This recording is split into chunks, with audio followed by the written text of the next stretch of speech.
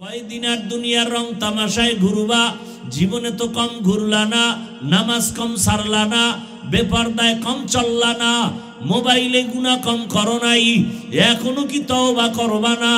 আল্লাহর কোরআনটা কি মিথ্যা মনে করেছো? নবীর কথা কি মিথ্যা মনে করেছো রে বাবা? কই তোমার চোখের সামনে আমরা নবীর আদর্শ মানিয়া চলার কারণে না খাইয়া তো কেউ আমরা মরি নাই, সম্মান কমে নাই, ইজ্জত কমে নাই। ও যুবক, আল্লাহ পাক ইজ্জতের মালিক, হায়াতের মালিক, রিজিকের মালিক। আসিয়া কান্না করে ফাঁসির মঞ্চে যখন নেওয়া হয়, হঠাৎ তাকায়া দেখি রাস্তা দিয়া পয়গম্বর মুসা নবী হেঁটে যায়। আসিয়া ডাক দিয়া কয়, জামানার নবী, আপনি জানেননি আমার কি হালাত? মুসা নবী বলে, হ্যাঁ জানি। বলে, এখন আমার ফাঁসি হয়ে যাবে, দোয়া করবেন। তবে আর একটা কথা জানতে চাই, আপনি যে বারবার আল্লাহর কাছে কথা বলতে যান, একটু বলেন আমার আল্লাহ এই মুহূর্তে আমার উপরে খুশি না বেজার? মুসা নবী বলে, আসিয়া তোমার উপর আমার আল্লাহ বড় খুশি হয়ে গেছে। এই কথা শুই না আসিয়া একটা চিৎকার দিয়া আসমানে দুইটা হাত উঠাইয়া এইভাবে বলতেছে কোরআনের আয়াত, ক্বালাত রব্বিবনিলি ইনদাকা বাইতান ফিল জান্নাহ। আল্লাহর কাছে বলে, হে মালিক, এত বড় ক্ষমতাওয়ালার ঘরে থাইকাও খানা খাইতে পারি নাই, ঘুমানোর জায়গা আমারে দেয় নাই। ও আল্লাহ, তোমার কাছে বিদায় বেলা একটা দাবি, দুনিয়ার বাড়ি চাই না, গাড়ি চাই না, খানা চাই না, জান্নাতের মধ্যে তোমার পাশে একটা ঘর বানাইয়া দিও, একটা ঘর জান্নাতে বানায়া দাও। আসিয়া কথা বলিয়া কান্না করিয়া মোনাজাত দিয়া ফাঁসির মঞ্চে যাবে। হঠাৎ করে আসমানে তাকাইয়া আসিয়ার কান্না বন্ধ, এখন হাসতেছে। ফেরাউন বলে, আসিয়া এত কঠিন মুহূর্তে তুমি হাসো কেন? এতক্ষণ কান্না করেছো। আসিয়া ডাক দিয়া কয়, ফেরাউন তুমি জানো না, তুমি দেখো না, আমি আল্লাহর মোহাব্বতে ধৈর্য ধারণ করার কারণে তুমি আমারে খানা দাও নাই, ঘুমানোর মতো আমারে বিছানা পর্যন্ত দাও নাই, দুনিয়ার এমন কোনো কষ্ট নাই যে আমাকে দাও নাই, আমারে পানি পর্যন্ত পান করতে দাও নাই। আমি আমার মালিকের কাছে কিছু চাইছি, আমার মালিক সাথে সাথে দিয়ে দিছেন। বলে, কি দিছে? বলে, আমি মালিকের কাছে চাইছি জান্নাতে, রবের পাশে একটা জান্নাতে ঘর দিবে। আমি এই ঘরটা এখনো তাকায় দেখতেছি, ছবি দেখা যায় সে জান্নাতের। আর আমারে খানার কষ্ট দিছো, লক্ষ লক্ষ ফেরেশতা আসমানে অপেক্ষায় আছে, রবের মোলাকাতে আমাকে নিয়ে যাবেন, স্বাগতম দেওয়ার জন্য অপেক্ষায়। ওই জান্নাত দেখে মনটা ভরে গেছে, আমি ওই খুশিতে আমি এখন হাসতেছি। আসিয়া ফাঁসির মঞ্চে গিয়া হাসতে হাসতে জীবনটা দিয়া দিল। ও পর্দার আড়ালের আম্মা জানেরা, ও বৃদ্ধ বাবাজিরা, যুবক বাবারা, কয়দিন আর দুনিয়া কিছুই না, চোখের সামনে সব মিথ্যারে বাবা। আজকে এখানে বয়ান করতেছি, বয়ান শুনতেছি, কালকে যদি তুমি ঘুমের থেকে উঠার সময় আর উঠতেই না পারো, মা যদি ডাক দিয়ে দেখে সন্তান সাড়া দেয় না, শরীরে টাচ করে দেখবে পুরা শরীরটা ভরব আর শক্ত, মায়ের বুঝতে আর বাকি নেই, একটা চিৎকার দিয়া বলবে, তোরা কে কোথায় আছো, আয়, আমার বাবায় নাই। আমারে মা বলিয়া ডাক দেওয়ার বাবায় নাই, চুমু খাবে আর বলবে, আসো। আমারে আর কে আম্মু বলে ডাকবে, এখন আমি বড় একা। বাবায় টেলিফোন করবে, ইমাম সাহেব কোথাও যাবেন না, আমার ছেলে মরে গেছে, তাড়াতাড়ি জানাজা হবে। কাউরে বলবে, বাজারে যাও কাফন কিনার জন্য। এ যুবক, তুমি তাকায় দেখবা গায়ের গেঞ্জিটা সবাই বেলেট দিয়া কেটে রাখবে, হাতের ঘড়িটা আর একজনে দিয়া বলবে, ঘড়ি হাফিজুর রহমানের নাই, ঘড়ি এখন আমার। তোমার আপন বন্ধুটা মোবাইলের নাম্বার ডিলিট করে বলবে, আবার বন্ধুও নাই, নাম্বার রেখেও লাভ নাই। কার পিছনে ঘুইরা ঘুইরা দাড়ি কাটছো, কার পেছনে কি পাওয়ার আশায় গিয়া গিয়া আজকে নামাজ ছাড়ছো? ওরে যার পিছনে ঘুরিয়া আমার মাওলারে ভুলিয়া গেছো, দেখো সে তোমার কতক্ষণ আপন। স্বার্থে আঘাত লাগলে দেখবা ছুরিটা তোমার গলায় লাগাইতে দেরি করবে না। এখন তো শত্রু লাগে না কাউকে মারার জন্য, বরং দলের লোক দলের মানুষের মেরে ফেলে, বন্ধু বন্ধুকে হত্যা করে ফেলে। ও আমার যুবক বাবা, ও মা বোনেরা, বৃদ্ধ বাবাজিরা, কার পিছনে ঘুরিয়া কি পাওয়ার আশায় নামাজ ছাড়লেন, টুপি ছাড়লেন, ইসলাম ছেড়ে দিলেন, নবীর আদর্শ ছাড়লেন? এখনো পায়ে হাত রেখে বলি, জাহান্নামের ভয় তওবা করেন, মনে মনে আল্লাহকে ডাকেন, হে মালিক, জীবনে তো গুনাহ কম করি নাই, আমার গুনার খবর আমার মা বাবা ভাই বোন কেউ জানে না, জানলে তো আমারে সম্মানের মোহাব্বতের নজরে দেখতো না। ও আল্লাহ, আপনি কত দয়ার মালিক, এত গুনাহ করার পরেও আপনি জানেন, দেখছেন, এরপর রাগ করে পানি বন্ধ করেন নাই, খানা বন্ধ করেন নাই, সম্মানের জায়গা থেকে ফেলে দেন নাই। আজকে তওবার নিয়ত করলাম, আর নামাজ ছাড়বো না। আলহামদুলিল্লাহিল্লাযী জাআলাশ শামসা ওয়াল কমারা বিহিসবান والنجم والشجر يسجدان وفضل زمانا على زمان كما فضل مكانا على مكان وإنسانا على إنسان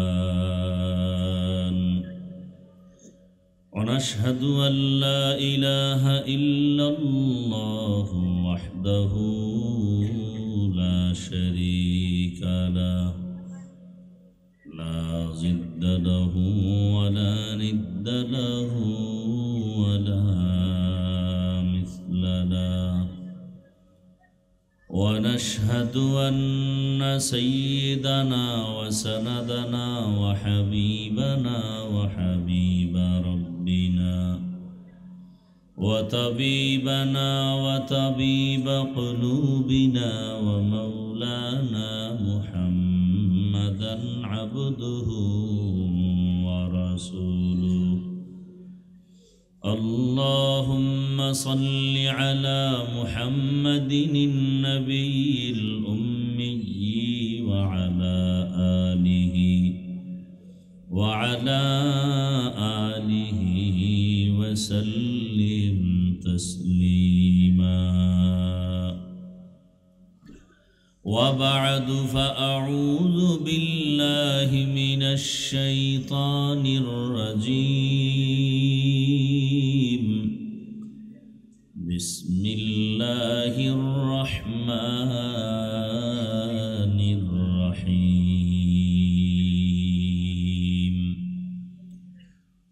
يا أيها الذين آمنوا اتقوا الله حق تقاته ولا تموتن إلا وأنتم مسلمون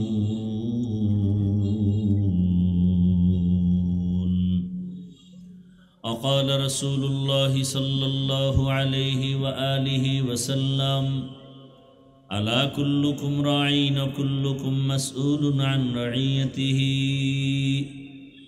صدق الله مولانا العظيم وصدق رسوله النبي الأمي الكريم ونحن على ذلك من الشاهدين والشاكرين والذاكرين والحمد لله رب العالمين سبحانك لا علم لنا إلا ما علمتنا إنك أنت العليم الحكيم رب اشرح لي صدري ويسر لي أمري واحلل عقدة من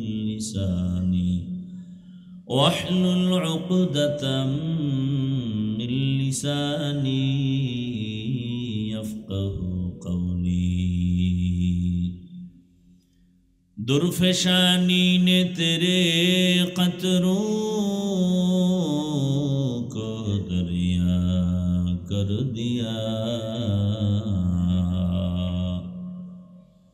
दुर्फशानी ने तेरे कतरों को दरिया कर दिया, दिल को रोशन कर दिया, आँखों को बीना कर दिया। मुहम्मद ने आकर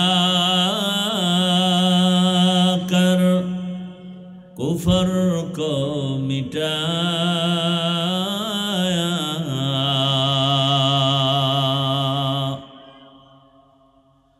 मुहम्मद ने आकर कुफर को मिटाया, कुफर को मिटाकर सदाकत बताया, कुफर को मिटाकर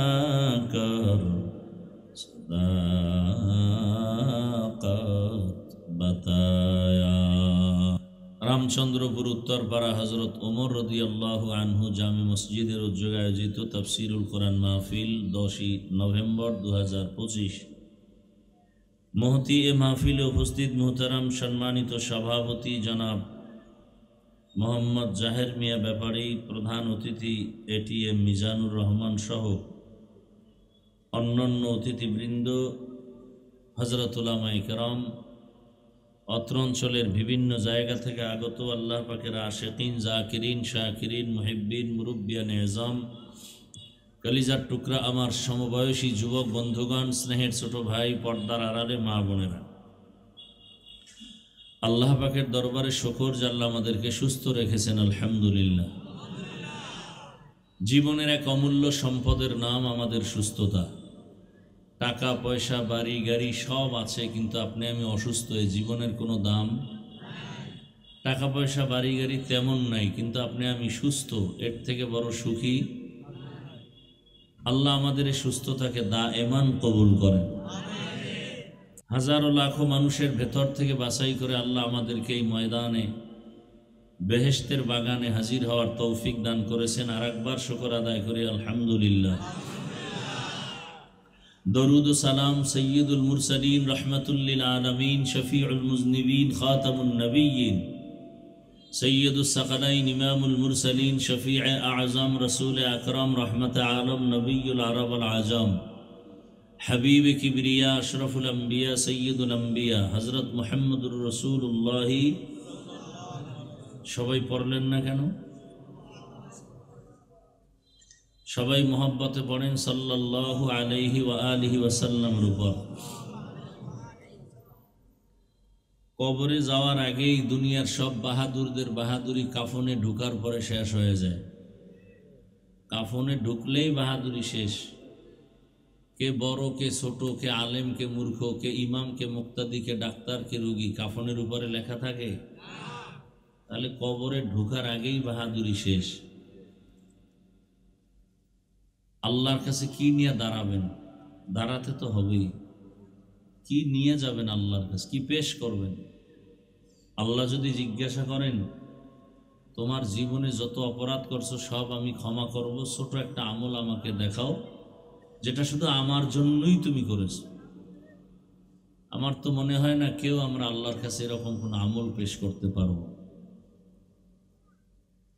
ওই আমল তো নাই, করব তারও চেষ্টা নাই, বরং যারা করে তাদের বিরুদ্ধে কথা বলে।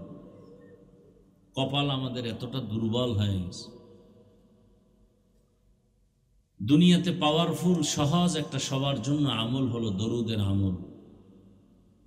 যে আমলটা করলে নগদ নগদ অনেক লাভ দুনিয়াতেই, আখেরাতে তো আছেই। আল্লাহ আমাদের বেশি বেশি দরুদের আমল করার তৌফিক দান করেন।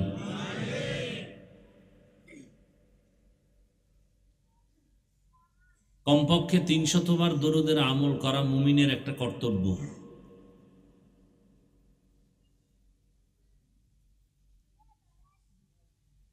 যাদের আয়োজনে আজকের এই মাহফিল, এলাকার যুবক, বৃদ্ধ, ব্যবসায়ী, শ্রমিক, চাকুরিজীবী, বিভিন্ন শ্রেণী পেশার মানুষ, জনপ্রতিনিধি, প্রশাসন, উলামায়ে হযরত, আইম্মায়ে মাসাজিদ, প্রত্যেককে আল্লাহ পাকের খেদমতের বরকতে দুনিয়াতে শান্তি, পরকালে মুক্তির ব্যবস্থা করে দিন। উলামায়ে হযরত দীর্ঘ সময় আপনাদের সামনে বয়ান করেছেন, আপনারা ধৈর্যের সাথে শ্রবণ করেছেন। আল্লাহ পাক উলামায়ে কেরামদের কথাগুলো সহি তরিকায় আমল করার তৌফিক দান করেন। উলামায়ে কেরামের ইজ্জতকে আল্লাহ বেশি বেশি বাড়ায় দেন। যারা উলামায়ে কেরামের বিরুদ্ধাচরণ করে, ইশারা ইঙ্গিতে, মিডিয়ায়, ফেসবুকে, যে কোনো উপায়ে আল্লাহ তাদের হেদায়াত দান করেন। আল্লাহর ইলম ও কুদরতে হেদায়াত না থাকলে কুদরতের দ্বারা ফয়সালা করে দেন। আমি আপনাদের দোয়া নেওয়ার পাশাপাশি সংক্ষিপ্ত কিছু আলোচনার জন্য কোরআনে হাকিমের সূরা আলে ইমরানের এক আয়াতে কারিমা, রসুলের অসংখ্য হাদিস থেকে একটি হাদিস পড়েছি। আয়াত হাদিসের আলোকে ইখলাস ও রুহানিয়াতের সমন্বয়ে কিছু কথা সহি তরিকায়, সহি নিয়তে, সহিভাবে বলার মতো, শুনবার মতো আমাকে আপনাদের সকলকে আল্লাহ তৌফিক দান করেন। ইয়া আইয়ুহাল্লাযীনা আমানুত্তাকুল্লাহা হাক্কা তুকাতিহ, আল্লাহ বলেন, হে মুমিন, তোমরা আমি আল্লাহকে ভয় করো, তাকওয়া অর্জন করো ভয় করার মতো। ওয়ালা তামুতুন্না ইল্লা ওয়া আনতুম মুসলিমুন, এবং তোমরা কেউ মৃত্যুবরণ করিও না মুসলমান না হওয়া পর্যন্ত। নবীজি বলেন, আলা, সাবধান হে উম্মত, কুল্লুকুম রাইন, তোমরা প্রত্যেকেই দায়িত্বশীল, অকুল্লুকুম মাসউলুন আন রাইয়াতিহি, আল্লাহর আদালতে দায়িত্বের কারণে জবাবদিহিতার কাঠগড়ায় প্রত্যেককেই হাজির হতে হবে। আয়াত হাদিসের তর্জমা শেষ। এবার কিছু আপনাদের ধৈর্যের উপরে ব্যাখ্যা। ওয়াজ বয়ান আপনারা শুনতে চাইলে বয়ান করা যায়, না শুনতে চাইলে করার কোনো সুযোগ নেই। এই জন্য ওয়াজ হওয়ার জন্য দুইটা পুঁজির প্রয়োজন, যে দুই পুঁজি না থাকলে ওয়াজ হয় না, শুধু আওয়াজ হয়। এক পুঁজি আল্লাহ পাকের কুদরতের রহমত, আর এক পুঁজি হলো উপস্থিত শ্রোতাদের অন্তরের আকর্ষণ এবং নিরঙ্কুশ মোহাব্বত। আল্লাহ দয়া করবেন, আর আপনাদের অন্তরের ভালোবাসা থাকলে আর ইখলাস থাকলে তখন সেখানে ওয়াজ হবে। বুঝবো কিভাবে ওয়াজ হচ্ছে? একটা অপরাধীকে থানায় নিয়ে পুলিশে বেতের বাড়ি দেয়, কোনো চোখে পানি নেই, কান্না নেই, আর সেই মানুষগুলো কোরআনের বাগানে বসলে, কোরআনের বয়ান শুনে অনায়াসে চোখ থেকে পানি বের হয়। একে মারলো কে? পুলিশ বেতের বাড়ি দিয়ে চোখে পানি আনতে পারে না। কোরআনের বাগানে আল্লাহর প্রিয় বান্দাদের বয়ানে মানুষের চোখে পানি আসে। এটা বোঝা গেল দিল থেকে কথা বের হচ্ছে ইখলাসের সাথে, আর একজনের দিলে গিয়া আসর করতেছে। সে বয়ান তো নাই, সব স্টাইল আর ফ্যাশনে পরিণত হয়ে গেছে। একজন আল্লাহর ওলি বলতেন, বয়ান করা আমাদের পেশা, আর আপনাদের বয়ান শোনা হলো নেশা। বয়ান শুনতে আপনাদের ভালো লাগে তাই শুনেন। বলে নামাজ, বলে দিল ঠিক, সব ঠিক, নামাজের কোনো পেরেশানি নেই। এখানে আপনারা হাজির হয়েছেন, কত আল্লাহর বান্দা এখানে আছি যে ফজর নাই, জোহর নাই, আসর নাই, মাগরিব নাই, এশাও নেই। এরকম আশিক এখানে নাই? আল্লাহ হেদায়াত দান করেন। হাদিসটা রসুল যখন সাহাবাদের সামনে পেশ করলেন, সাহাবায়ে কেরামদের থেকে প্রশ্ন করার জন্য দাঁড়ালো। একজন বললেন, ইয়া রাসূল আল্লাহ, দুনিয়াতে দায়িত্বশীল, তার দায়িত্বের জবাবদিহিতার কাঠগড়ায় দাঁড়াতে হবে, বুঝলাম, তো দায়িত্বশীল কে এবং কার উপর? নবীজি বিস্তারিত বলে বয়ান করলেন। দুনিয়াতে যে ব্যক্তি একজন গার্ডিয়ানের ভূমিকায় থাকে, তার অধীনে অনেক মানুষ থাকে, ওই মানুষগুলোর জন্য এই গার্ডিয়ান দায়িত্বশীল। যেমন একজন পুরুষ, সে স্বামী হিসাবে স্ত্রীর দায়িত্বশীল, বাবা হিসাবে সন্তানের দায়িত্বশীল, শিক্ষক হিসাবে ছাত্রদের জন্য দায়িত্বশীল, ইমাম ও খতিব হিসাবে মুসল্লিদের জন্য দায়িত্বশীল, মেম্বার হিসাবে ওয়ার্ডের মানুষের জন্য দায়িত্বশীল, চেয়ারম্যান হিসাবে ইউনিয়নের মানুষের জন্য দায়িত্বশীল, সরকার প্রধান হিসাবে গোটা দেশবাসীর জন্য দায়িত্বশীল, রসুলের ওয়ারিস আলেম হিসাবে গোটা উম্মতের জন্য দায়িত্বশীল। আর একজন সাহাবী বললেন, ইয়া রাসূলুল্লাহ, আমার তো অধীনে কেউ নাই, আমি গার্ডিয়ানও না, আমার মা বাবা ভাই বোন পরিবারের কেউ নেই, আমি একা, আমার কোনো দায়িত্ব আছে? নবী বললেন, হ্যাঁ আছে। বলে কি? বলে আপনি আপনার অঙ্গ প্রত্যঙ্গের দায়িত্বশীল। আল্লাহ দুটো হাত দিয়েছেন, দুটো চোখ দিয়েছেন, কান দিয়েছেন, পা দিয়েছেন, জবান দিয়েছেন। এগুলো আল্লাহ এমনিই বানান না, এগুলোর আলাদা আলাদা ডিউটি আছে। হাতের ডিউটি না করলে আল্লাহর কাছে জবাব দিতে হবে। আল্লাহ কিয়ামতে জিজ্ঞাসা করবেন, হাত যে ডিউটির জন্য দিছিলাম সে ডিউটি কি পালন করছো? তো অনেকে আযাবের ভয়ে মিথ্যার আশ্রয় নিয়ে বলবে, হ্যাঁ করেছে। তখন আল্লাহ পাক তো জানেন সে মিথ্যা বলতেছে। তো আল্লাহ পাক বান্দার জবানকে বন্ধ করে হাতকে বলবেন, কথা বল। স্বাভাবিক আপনাদের ধারণা হাত কখনো কথা বলতে পারে না, তবে মুমিন হিসাবে অন্তরে কথা থাকতে হবে যে আল্লাহ চাইলে সব পারে। আল্লাহ চাইলে, আল্লাহ কোরআনে বলতেছেন, আল ইয়াওমা নাখতিমু আলা আফওয়াহিহিম ওয়া তুকাল্লিমুনা আইদিহিম ওয়া তাশহাদু আরজুলুহুম বিমা কানু ইয়াকসিবুন। দস্তগোয়াদ মঞ্চুনি দুজদিদাম লব্বগোয়াদ মঞ্চুনি বসিদাম চশমগোয়াদ চিদাম গামজা হারাম বশগোয়াদ চিদাম সমরুল কালাম। হাত কথা বলা শুরু করবে। সারা দুনিয়ার মানুষের বিবেক বলে কখনো হাত কথা বলতে পারে না, এটা সত্য। কিন্তু এই আকীদা অন্তরে রাখতে হবে যে আল্লাহ কুদরতি ক্ষমতা দিলে পারবে। মরা গাছ কথা বলতে পারে না, আল্লাহ ক্ষমতা দিলে পারবে। বুখারী শরীফের ঘটনা, রহমতের নবী খেজুর গাছের সাথে টেক লাগায় খুতবা পড়েন, মরা খেজুর গাছ। কিছুদিন পরে নবী চাইলেন একটা অন্য মিম্বর বানায় খুতবা পড়বেন, তাই হয়ে গেল।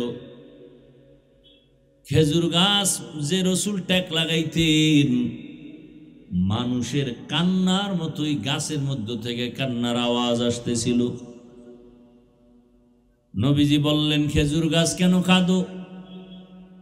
কি চাও? বলে আপনার বিরহের বেদনায় কাঁদি। কি চাও? আমি দোয়া করি তুমি জিন্দা হও, ফল হবে, উম্মতেরা খাবে। বলে তা চাই না। কি চাও?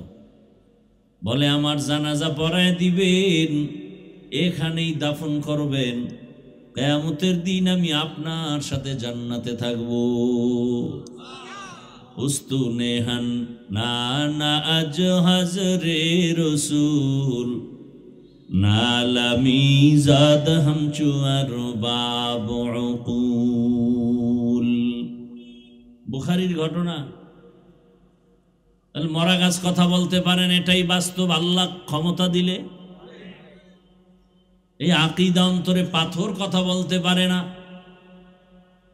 দুনিয়ার নিকৃষ্ট জগৎ বিখ্যাত বেঈমান আবু জাহাল, যেই রসুলের মুহাব্বতের নজর একটা দিলে জাহান্নামের আগুন হারাম, যেই রহমতের নবীর দিকে মায়ার নজরে তাকাইলে পেটের ক্ষুধা থাকে না। কেমন রহমতের নবী আমার! নবীজি আম্মাজান বলেন, আয়েশা ঘামগুলো বোতলে ভরে রাখতাম, আতর হিসেবে ব্যবহার করতাম। ওই নবীকে 13 বছর দেখার পরও কালেমা পড়ে নাই এত বড় বেঈমান আবু জাহাল। হাতের মুষ্টির মধ্যে পাথর নিয়ে কয়, বলো আমার হাতে কি আছে, বলতে পারলে নবী মানব, কালেমা পড়ব। নবীজি জবাব দিলেন, আমি আপনার হাতে কি আছে বলতে পারবো না। বলে কেন? বলে আমি গাইবের মালিক না। গাইবের মালিককে قل لا يعلم من في السماوات والأرض الغيب إلا الله আল্লাহ বলেন, হে রাসূল আপনি বলে দেন, আসমানের বাসিন্দারা কেউ গায়েব জানে না, জমিনের বাসিন্দারা কেউ গায়েব জানে না। কে জানেন? আল্লাহ যে কুদরতি পাওয়ার আর ক্ষমতা বলে গায়েব জানেন, ওই ক্ষমতায় দুনিয়ার কেউ গায়েব জানে না। যদি কেউ মনে করে, মনে করার নাম শিরক। যারা মনে করবে তাদের নাম মুশরিক। নবী বলেন, আমি গায়েবের মালিক না। তবে নবী ইশারা করলেন, এই আবু জাহালের হাতের মধ্যে কি আছো তোমরা আওয়াজ দাও। সাথে সাথে পাথরগুলো কালিমায়ে শাহাদাতের আওয়াজ দিল। আবু জাহাল ডাক দিয়ে কয়, ভাতিজা তুমি এত বড় জাদুকর আগে জানতাম না। হেদায়েতের মালিক কে? মান ইয়াহদিল্লাহু ফাহুয়াল মুহতাদ ওয়া মান ইউদ্লিল ফালান তাজিদা লাহু ওয়ালিয়্যাম মুরশিদা। আল্লাহ তাআলা বলেন, আমি যাকে চাই হেদায়েত দিয়ে দেই, সে হেদায়েত পেয়ে যায়। আর আমি যদি হেদায়েত না দেই, হেদায়েত পাবে দূরের কথা, হেদায়েত পাওয়ার কোনো মুর্শিদও পাবে না, পথ প্রদর্শক পাবে না। আবু জাহাল 13 বছর আমার নবীকে দেখলো, বয়ান শুনলো, এরপরও কপালে কালেমা জুটে নাই। আর অন্যদিকে এক 27 বছরের যুবক তরবারি নিয়ে দৌড়ায় নবীকে জবাই করার জন্য। কয় বছরের? 27 বছরের যুবক তরবারি নিয়ে যায় নবীকে জবাই করবে। চেহারাটা দেখে তরবারি ফালায় বলেন, রহমতের নবী, বেয়াদবি মাফ করে দেন, বুঝতে পারি নাই, আমাকে কালেমা রশি গলায় পড়ায়া দেন। এর নাম হেদায়াত, এর নাম কফাল। 13 বছর বয়ান শুনলো, এক দস্তারখানে খাইলো, কালেমা পড়লো না। আর নবীরে জবাই করতে আসিয়া 27 বছরের যুবক কালেমাওয়ালা হয়ে গেল। এই কপালওয়ালার নাম জানেননি? কি নাম? এর নাম কফাল।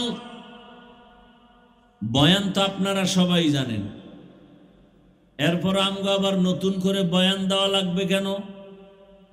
এখানে সবাই জানেন মিথ্যা বলা হারাম, গালি দেওয়া হারাম, গীবত করা হারাম, কারো ইজ্জত নষ্ট করা হারাম, কাউকে কষ্ট দেওয়া হারাম, হাতের দ্বারা কষ্ট দেওয়া হারাম, জবানের কথার দ্বারা কষ্ট দেওয়া হারাম, চুরি করা হারাম, ডাকাতি হারাম, মা বাবার সাথে বেয়াদবি হারাম, জুলুম করা হারাম।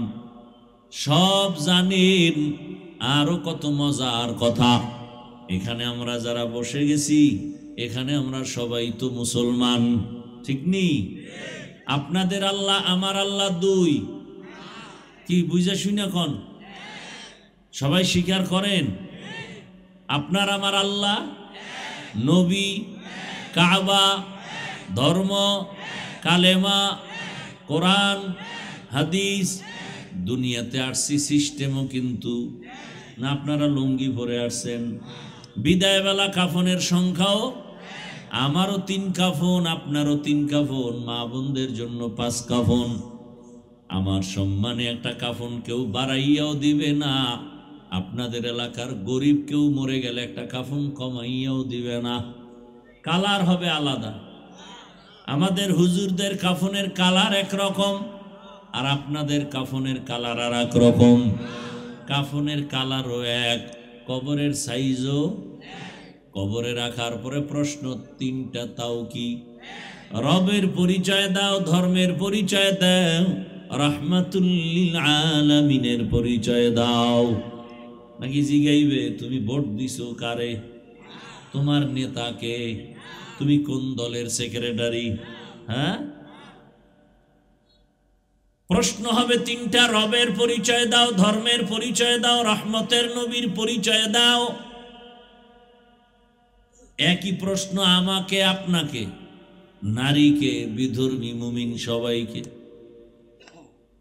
যে জবাব দিবে তার কবর হবে রওজাতুম মির রিয়াজিল জান্নাহ, যে জবাব দিতে পারবে না তার কবর হবে হুফরাতুম মিন হুফারিন নার।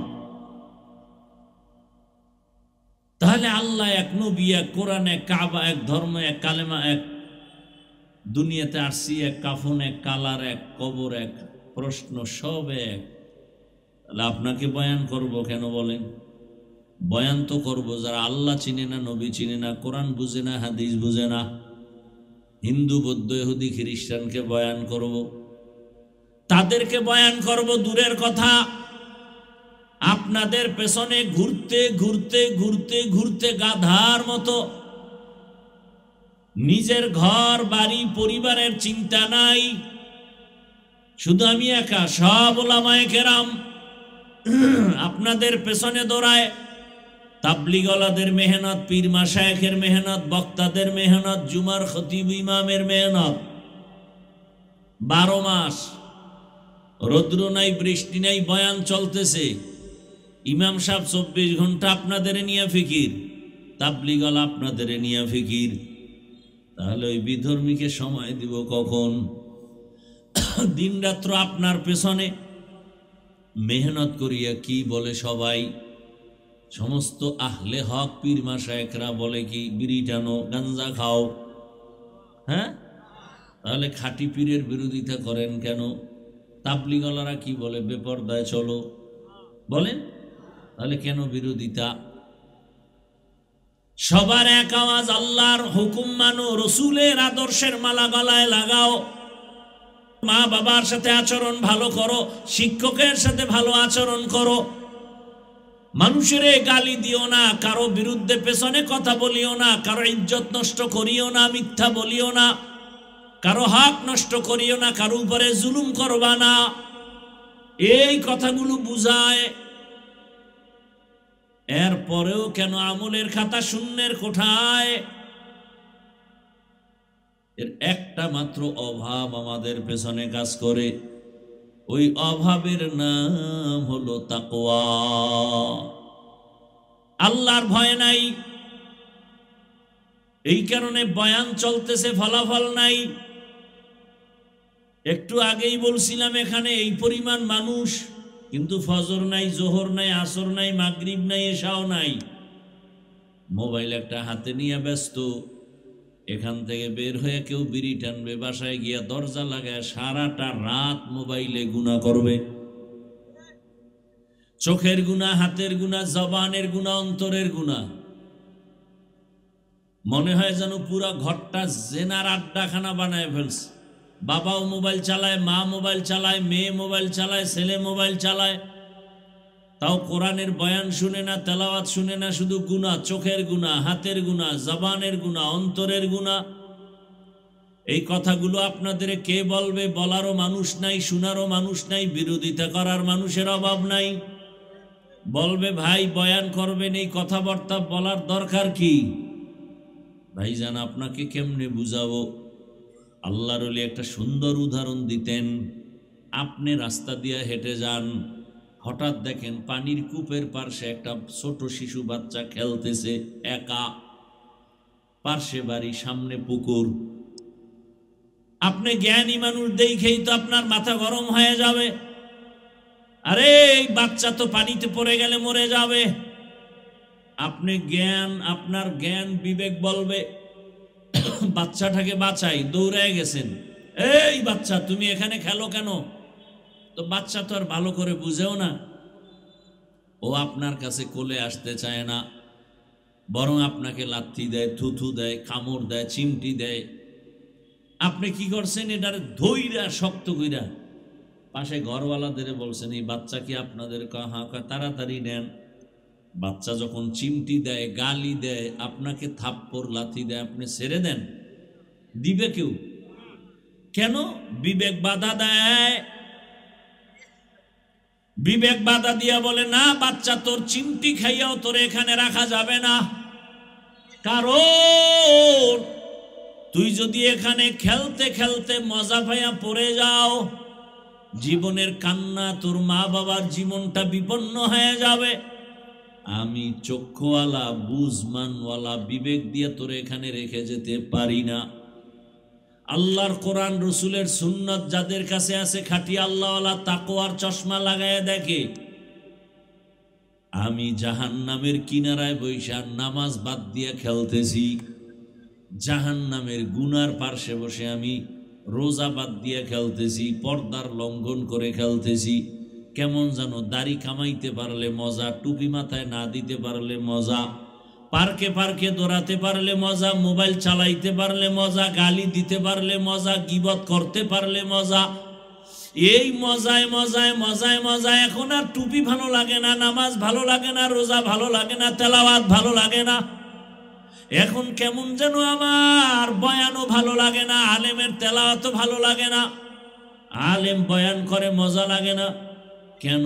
দুনিয়ার এই রং তামাশার খেলার মজা যারা তাকওয়াওয়ালা তারা পাগল হয়ে গেছেন। এই মানুষগুলোকে জাহান্নামের পাশে রেখে যাওয়া যায় না। পাও ধরে ধরে সবাই বলে, আপনারা গালি দেন হুজুর খারাপ, এরপর ইমাম খারাপ, তারপরও তারা গালির জবাব দেয় না। বরং বিনয়ের সাথে নরম হইয়া কথা বলি, মনে হয় যেন আপনার টাকার কেনা গোলাম। পাও ধরে ধরে বলি, ভাই নামাজ ছাড়িয়েন না, পর্দা করেন, মা বাবার খেদমত করেন। একটা গালি দেই না, উঁচু কণ্ঠে কথা বলি না, রাগের ভাষায় বলি না। দুই একটা কথা যদি অজান্তে বের হয় আবার বলি, ভাই রাগ করছেন নি, দয়া করে মাফ করেন, আল্লাহর কাছে মুনাজাতে ক্ষমা চাই। এর একটাই মাত্র কারণ, আল্লাহর মোহব্বতের বান্দারা চায় না কেউ জাহান্নামের কিনারায় বয়ে খেলবে। কারণ আপনি তো বুঝতেছেন না, আপনি তো মজা পেয়ে গেছেন। আল্লাহ না করুন যখন এই অবস্থায় যদি আজরাইল এসে হাজির হয়, জাহান্নাম ছাড়া কোনো উপায় আপনার হবে না। আল্লাহ কোরআনে বলেছেন, ইন্নাল আবরারা লাফি নাঈম ওয়া ইন্নাল ফুজ্জারা লাফি জাহিম। যে নেক আমল করবে তারা জান্নাতের প্রতীক, যারা গুনাহ করবে তারা জাহান্নামের প্রতীক। কে জান্নাতি কে জাহান্নামী বলা যাবে না, তবে কাজের কারণে বলা যাবে জাহান্নামের পথে আছে কে, জান্নাতের পথে আছে কে। ও আমার যুবক পর্দার আড়ালের মা বোনেরা, বৃদ্ধ বাবাজিরা, আল্লাহ পশুকে ভালো মন্দ যাচাই করার বিবেক দেন নাই, মানুষকে দান করেছেন। আল্লাহর দেয়া বিবেক দিয়ে একটু চিন্তা করেন। আল্লাহ পাক রব্বুল আলামিন একটু চিন্তা করেন, দুনিয়াতে কেন পাঠাইছেন? সূর্যের আলো কার? জমিন কার? এই যে ঘুমাই আমরা, সবাই ঘুমাই রাতে বা দিনে। রাতে তো আর ঘুমায় না, মোবাইলের হক আদায় করে। দিনের বেলা যারা ঘুমান, ঘুম কিন্তু মরা। আমরা দোয়াও পড়ি, মরার দোয়া, আল্লাহুম্মা বিসমিকা আমুতু, তোমার নামে মরলাম। আবার ঘুম থেকে উঠিয়া দোয়া পড়ি, আল্লাহ আলহামদুলিল্লাহিল্লাযী আহইয়ানা বা'দা মা আমাতানা, মরার পরে তুমি আমাকে জিন্দা করছো, তোমার শুকর। ও আল্লাহর বান্দারা, এই ঘুমের মধ্যে মানুষ মরেনি। ও কংসনগর এলাকার যুবক বাবারা, যখন তুমি ঘুমাও মনটারে একটু যদি প্রশ্ন করতা যে ঘুমের মধ্যে যদি আজরাইল এসে হাজির হয়ে যায়, এই চিন্তা করে যদি ঘুমাইতা, কানের মধ্যে গানের তার লাগায় ঘুমাইতে পারতা না। হরকে দারদ খৌফে হকদার দিল মদহম, জন্নতুল মাওয়া দেহত রাম কাম, জুজবা হক চি জে মখাজ ইনসুজা, ফজলে উআ মস্তে দর জুমলা জাহা। খারাপ লাগতেছে আপনাদের? চোখের সামনে কত লাশ, কত যুবকের জানাজা পড়াইলাম, কবরে রাখলাম। ও আমার কলিজার যুবক, এখন তুমি সুস্থ, কালকে এমন সময় হতে পারো তুমি হসপিটালের রোগী, হতে পারো কবরের বাসিন্দারে বাবা। হায়াতের কোনো গ্যারান্টি নাই। ইদানিং কালে যত লাশ দেখি বেশিরভাগ যুবক। ও কুমিল্লার মুসলমান, এটা কুমিল্লা জেলা না? কুমিল্লা জেলার একটা থানার নাম বলবো না, ওই থানার একটা যুবক সন্তান দীর্ঘ 8 বছর বিদেশ করে টাকা নিয়ে বাড়ি আসছে, ডুপ্লেক্স একটা দোতলা বিল্ডিং বানাইছে। আগামী শুক্রবার বিল্ডিং উঠবে, মাত্র 2-3 দিন বাকি। ডে নাইট মিস্ত্রি লাগায় দ্রুত কাজ করায়। বিল্ডিং এর পাশে একটা টিনের ঘর, রাতে ওখানে থাকে আর মিস্ত্রি দিয়া কাজ করায়। শুক্রবার উঠবে, হুজুরদের দাওয়াত দিছে, এলাকার গণ্যমান্য সবাইকে দাওয়াত। ওর 8 বছরের কামাই সব বিল্ডিং এ। মাত্র 2 দিন বাকি, শুক্রবার দোয়া পড়ায় উঠবে। ঠিক ওই সময় ডিসেম্বর মাস, একটা তুফান হয়েছিল, চিত্রাং নামের তুফান। কি নামের? চিত্রাং নামের তুফান। ওই টিনের ঘরের ভিতরে একটা চকি, চকির উপরে একটা ছোট বাচ্চা, এর যুবক আর তার স্ত্রী ঘুমানো। ওই তুফান চলছে সারা রাত ব্যাপী পুরা বাংলাদেশে। ওই তুফানে একটা বড় গাছ পইরা পুরা টিনের ঘরে পইরা 3 জনের বুকের মাঝখানে চাপ লাগলো, জায়গায় 3 জন নাই। আর বিল্ডিং পরে রইল, এলাকার মানুষ পর্যন্ত কান্না করেছে। এই যুবক এত সুন্দর ব্যবহার, কারো সাথে কোনোদিন চোখ গরম করে কথা বলে না। এলাকার মানুষ কান্না করেছে, এই কি মাওলার কুদরত। মেয়েও নাই, স্ত্রীও নাই। কয়েকদিন আগে ফেসবুকের গোলাম বাবারা দেখো নাই, বিদেশ থেকে আসছে টাকা স্বর্ণ নিয়া, এয়ারপোর্টে গেছে পরিবারের সবাই আগায় আনতে। গাড়ির মধ্যে নিয়ে যখন বাড়িতে রওনা, কাছাকাছি যাওয়া মাত্র ড্রাইভার গাড়িটা পানির মধ্যে পড়ে গেছে, বাচ্চাও মারা গেল, স্ত্রী মারা গেল। সাংবাদিকের সামনে এসে কান্না করে, স্বর্ণ আনলাম, টাকা আনলাম, আমার কপাল কেন এত খারাপ। মানুষ বিবাহ করে খাইয়া না খাইয়া পরিবার নিয়ে এক জায়গায় থাকার একটা আনন্দ তাও পাইলাম না। বিদেশে গেলাম টাকা কামাই করার জন্য, আজ আমার কপাল কেন খারাপ। বাড়ির কাছাকাছি আইসা আমার হাতের উপর আমার বাচ্চাটা মরে গেল, আমার স্ত্রী আমার চোখের সামনে চলে গেল। এখন আমি কোথায় যাব? আমার ঘরের আনন্দ আমাকে কে দিবে? আমার বাচ্চাও নাই, ঘর সুন্দর করে সাজানেওয়ালা স্ত্রীও নাই। ও বাবা, গত বছর মাহফিল চলছে, এবারও চলে, আগামীতেও চলবে। হিসাব মিলাও, গত বছর এই প্যান্ডেলে যারা ছিল অনেকেই দুনিয়ায় নাই। কি আগামী বছর বয়ান চলবে, হয়তো এখান থেকে অনেকে বিয়োগ হয়ে যাব। ভাইজান, আমি একটু আগেই বলছি বয়ান আপনারা জানেন, আরো শুনতে পারবেন। আমার কথাগুলো একটু খুব সাদা সিধা কথা, কিন্তু একটু চিন্তা করেন না ভাই। পশুকে আল্লাহ চিন্তা করার মেধা দেন নাই, মানুষকে দিয়েছেন। দুনিয়ার পিছনে তো কম দৌড়াইলেন না, মনের জাল মিটাইয়া দৌড়াইছেন আশা পূরণ করার জন্য। মনে মনে ভাবছেন পার্কে গেলে জানি কি মজা,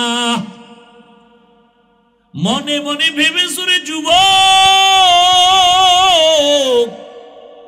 দাড়ি কাটার মধ্যে নি কি মজা, ক্রিকেটারের লাইনে চুল কাটলে কি জানি মজা,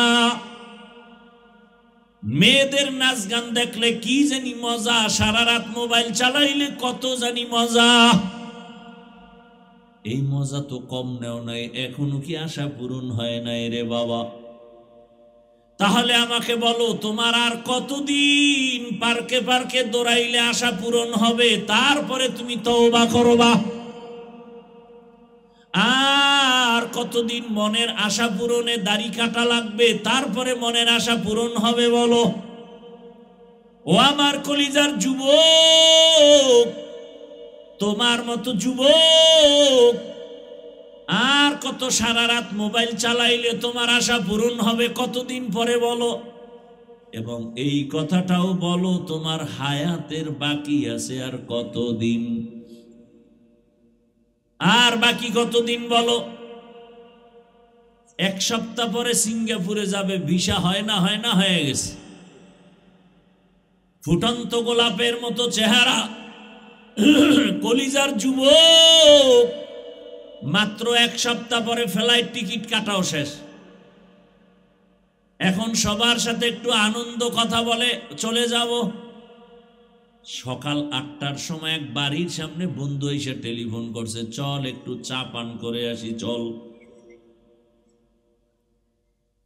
ছেলেটা বলে ঠিক আছে, মাকে বলে মা চললাম। কই যাও? কয় আমার বন্ধু ডাকছে, একটু ঘুরে আসি চায়ের দোকানে। কয় 1 ঘন্টার মধ্যে চলে আসিস। বলে ঠিক আছে। যুবকদের মরণস্ত্র 2টা। কয়টা? এক মরণস্ত্র দৃশ্যমান, আর একটা অদৃশ্যমান। প্রত্যেকটা যুবক চায় অনেকদিন হায়াত পাবো, কিন্তু অস্ত্র নিয়ে ঘুরে দ্রুত মরার নাম হলো বাইক। বলে গেলাম, হেদায়েত তো আল্লাহর হাতে, মানবা কিনা জানি না, বলে গেলাম। বাঁচতে চাও, অনেক দিন হায়াত পেতে চাও, কিন্তু এমন অস্ত্র নিয়ে দৌড়াও, বাইক নিয়ে যে দ্রুত মরে যাওয়া কোনো গ্যারান্টি নাই। থাকতে চাও সুস্থ, কিন্তু অসুস্থতার মেডিসিন হাতের মধ্যে নিয়ে অল টাইম দেখতেছো, চোখের পাওয়ার যাইতেছে, খবর নেই। এই মোবাইল করে কান নষ্ট হচ্ছে, খবর নেই, একজনেরও খবর নেই। কানের ক্ষমতা দুর্বলতা হইতেছে, কিডনি, হার্ট, চরিত্র তো নাই। ওই যেই পরিমাণ গুনাহ করো, ঘুম থেকে উঠে দেখা দরকার ছিল চেহারা বানর হয়ে গেছে, শুকার হয়ে গেছে। একমাত্র আখিরি নবীর উম্মত হওয়ার বরকতে আল্লাহ চেহারা পরিবর্তন করেন নাই। বেয়াদবি ক্ষমা চাইরে যুবক বাবা, তোমার এই ফুটন্ত গোলাপের জিন্দগিটাকে বরবাদ কেন করো বলো? কি স্বার্থে করো বলো? একটা মেয়েকে পাওয়ার জন্য তুমি কত রাস্তায় ঘুরলা, কাউকে মেরেও ফেলছে, কিন্তু শেষ ফল কি? জেলখানায় দোনোটা যা, শেষ পর্যন্ত ফাঁসি। ওই যুবক ঘরে আছে, বাইক নিয়ে বের হয়ে গেছে, বন্ধু ডাকছে চায়ের দোকানে চলে আসবো। বন্ধুরে পিছনে লয়ে যখন একটা টান দিছে, দেওয়ালের সাথে বাড়ি খায়, জাগাত মাথায় আঘাত, জাগাত নাই। মাওলা একেবারে ডাইরেক্ট নিয়ে গেছে সিঙ্গাপুর। আর ঘুরে আবি কি করতে, এমনি ডাইরেক্ট যা। ও পর্দার আড়ালের আম্মা জানেরা, বোনেরা, আমি যে এতবার বুঝাইতেছি, আমি তো একবারও বলি না আমার মতো হুজুর হও না, বরং আমি বলে গেলাম, হে যুবক, জেনারেল লাইনে পড়ে ডাক্তার হও, ইঞ্জিনিয়ার হও, প্রফেসর হও, ওসি হও, ডিসি হও, এসপি হও, কোনো বাধা নাই। তবে একটা ছোট দাবি সারা দেশে করি, যুবকদের কাছে বেয়াদব হইও না। একটা দাবি বলতে পারো, হাফিজ ভাই ডাক্তার হব, ইঞ্জিনিয়ার হব, বেয়াদব হব না, কথার ব্যাখ্যা কি? ব্যাখ্যা 3টা জায়গায় বেয়াদবি করবা না। টেবিলে আল্লাহর কোরআন সাক্ষী, কসম, এই 3 জায়গায় বেয়াদবি করলেই মরার আগে তোর জীবন ধ্বংস, খোদার কসম। 1 নাম্বার জায়গা মা বাবা, বেয়াদবি করার পরে মা যদি নিঃশ্বাস ফেলে, তোর ধ্বংস শুরু। 2য় জায়গা শিক্ষক। আমি হাফিজুর রহমানকে এত সম্মান দিছেন, আমার মা বাবার দোয়া, চোখের বাণী, কিন্তু আপনাদের সামনে যে বয়ান করি, এটা আমার মা বাবাই শিখায় নাই। আমার শিক্ষক আমাকে ধরে ধরে শিখাইছে আলিফ, বা, তা, সা। আমার উস্তাদের অবদান আছে না নাই? তোমার মা বাবায় দোয়া কইরা বলছে, আল্লাহ আমার ছেলে হলে গেছে, পরীক্ষা দিবে, পাশ করাও, কিন্তু গাইড তোমাকে মুখস্থ করাইছে তোমার কোচিং মাস্টার, তোমার শিক্ষক। ওই শিক্ষকের অবদান, তুমি দস্তখাত দিতে পারতা না, সে শিখাইছে। তুমি ইংলিশে কথা বলতে পারতা না, সে শিখাইছে। তুমি এখন শুদ্ধ বাংলায় কথা বলো না, তুমি এখন নিজের শিক্ষিত মনে করো। এই মনে করার পেছনে মেহনত কার? শিক্ষকের। এজন্য কসম কেটে বলে গেলাম, বেয়াদবি করবার শিক্ষক যদি নিঃশ্বাস ফেলে, তোমার মরার আগে ধ্বংস শুরু। 3 নাম্বার জায়গা ওলামায়ে কেরাম। ওলামায়ে কেরামের অবদান এই জাতি অস্বীকার করলে বেঈমানি হবে। কারণ সারা রাতে বয়ান করলে শেষ করা যাবে না, কিন্তু কপাল বড় খারাপ। একদল মানুষ আছে সমাজে, আলেমের গালি দিতে পারলে খুশি হয়, আলেমের বিরুদ্ধে কথা বলতে পারলে তৃপ্তি পায়। এরকম কিছু কুলাঙ্গার সমাজে আছে। অথচ তাকাইয়া দেখো, আমি তো সারা বাংলাদেশে চ্যালেঞ্জ করে বলি এবং যুবকদের আবদার করি, 3 ফিট 2 ফিট ব্যানার বানাও, ব্যানার বানায় ব্যানারে স্লোগান বানাও, এই জাতির নিঃস্বার্থ বন্ধু একমাত্র উলামায়ে কেরাম, বাকি সব হলো স্বার্থপর। মহামারী করোনা তার 1 নাম্বার সাক্ষী। স্কুল কলেজ ভার্সিটি ব্যবসা ফ্যাক্টরি গাড়ি সব বন্ধ, কোরআনের একটা মাদ্রাসাও বন্ধ হয় নাই। কথা বলেন না কেন? এরে আল্লাহর বান্দারা, ওই সময় বাবারে করোনায় ধরছে, কুলাঙ্গার শিক্ষিত ছেলেরা কাছে যায় না, মরার ভয়, ট্রিপল মাস্ক লাগায় বসে আছে, শেষ পর্যন্ত মরেই গেছে। ছেলেরা এলাকার গরিবের টাকা দিয়ে কয় লাশটা রাস্তায় ফেলে দে, ঠিকই ফেলে দিল, জানালা লক করে দিল, একবারও তাকায় দেখলো না যে আমার বাবার লাশটা কুকুর খেলো নাকি জানাজা হলো।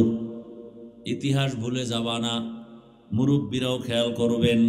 ওই সময় আমার দেশের শত শত করোনার লাশ কিছু পুলিশ ভাইরা আর সিংহবাগ টুপিওয়ালা উলামায়ে কেরামরা নিজের কাঁধে নিয়েছিলেন, গোসল করায়া কাফন পরায়া জানাজা পরে কবরে রাখছিলেন। একজন হুজুরেও করোনায় মরে নাই। ভাইরা আমার, নগদ একটা উদাহরণ এভাবে দেই। সরকারি বেসরকারি চাকরি যারা করে তাদের ডিউটি 8 ঘন্টা, নিম্নে বেতন ধরেন 20,000, টেবিলের নিচে আরো কত মুক্তা পাওয়া যায়, পাওয়া যায় না? বেতন 20,000 নিম্নে, টেবিলের নিচে আরো হারাম শুকর আছে কত। এগুলো না থাকলে আঙ্গুল ফুলে কলা গাছ হবে কিভাবে? দুনিয়ার কোথাও না থাকলে আমার সোনার বাংলায় এই টেবিলের নিচে বহু কিছু পাওয়া যায়। আল্লাহ হেদায়াত দান করেন। রাতারাতি বড় হয়, রাতারাতি ধ্বংস হয়ে যায়। যেই গাছ দ্রুত বড় হয় সে গাছ দ্রুত ভেঙে যায়। হারাম টাকার বিল্ডিং, এখন আর বিল্ডিং থুইয়া দূরে ঘুমান লাগে কেন? বিল্ডিং করলে তুমি আরামে ঘুমাও, বলে না হারাম টাকার বিল্ডিং তো কপালে নেই। আল্লাহ হেদায়াত দান করেন। তাহলে 8 ঘন্টা ডিউটি, বেতন নিম্নে 20,000, এমনি হেমনে তো অনেক টাকা। এবার আপনারাই বলেন, আপনাদের অত্র অঞ্চলের মসজিদের ইমাম সাহেবদের ডিউটি কয় ঘন্টা? আপনারা বলেন কয় ঘন্টা? সবাই বলেন না, জানেন না, নামাজ যায় না, জানবে কেমন? মসজিদের ইমামদের ডিউটি কয় ঘন্টা? সত্যটা বললেন। বেতন দেন কত?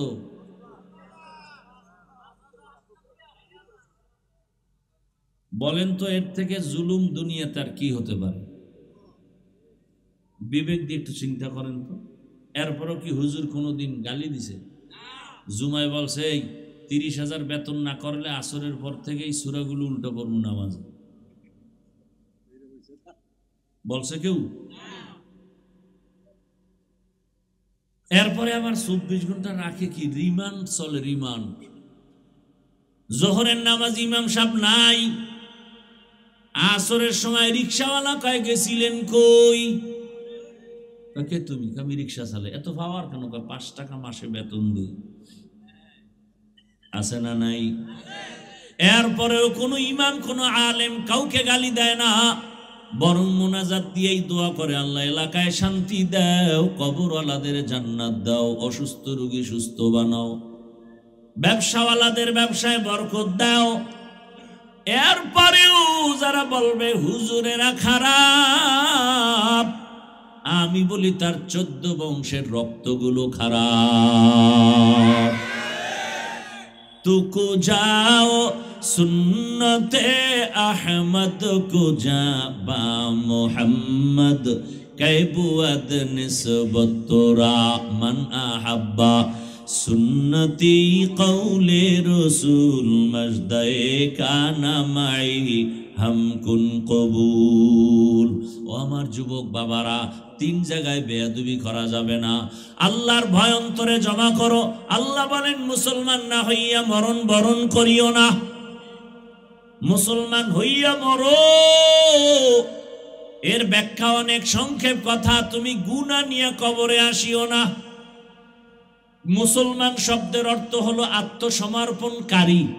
আত্মসমর্পণ করার নাম হলো ইসলাম। আত্মসমর্পণ যে করে তাকে বলে মুসলিম, বহুবচনে মুসলমান। আল্লাহ বলেন মুসলমান হইয়া আসো মানে আত্মসমর্পণকারী হিসাবে গুনাহমুক্ত হয়ে আসো। ও আমার যুবক বাবারা, একটু বিবেক দিয়া চিন্তা করো।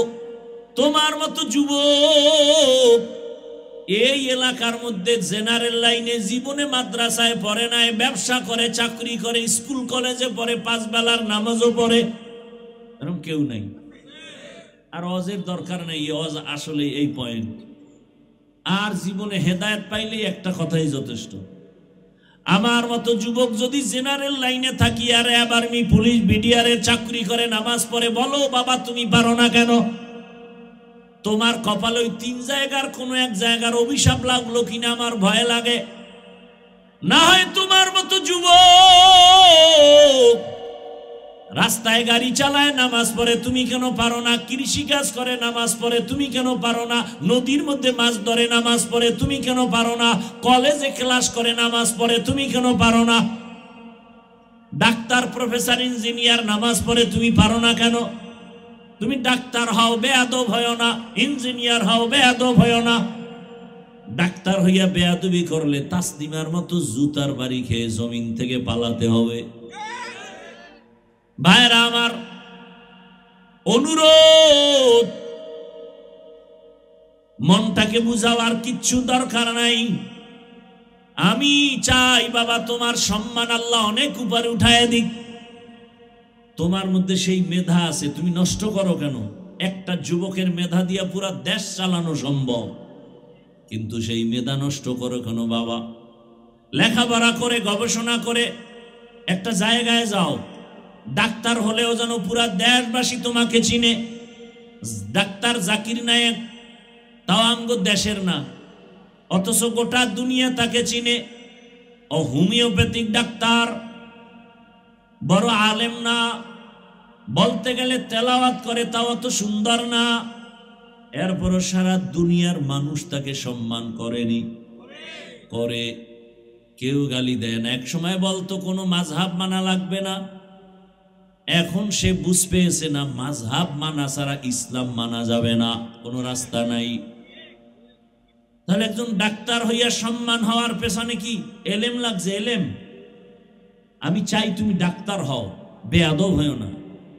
পুরা কুমিল্লা না, পুরা বাংলাদেশের মধ্যে যেন তোমার সুনাম অর্জন হয়, মানুষ যেন তোমাকে অমর হিসাবে কলবে রাখে, অন্তরে জমা রাখে, সম্মানের নজরে রাখে।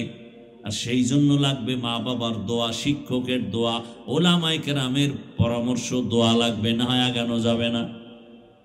মা বাবার দোয়া, চোখের পানি ছাড়া সন্তান সফলতা জীবনে আসবে না, আল্লাহর কসম।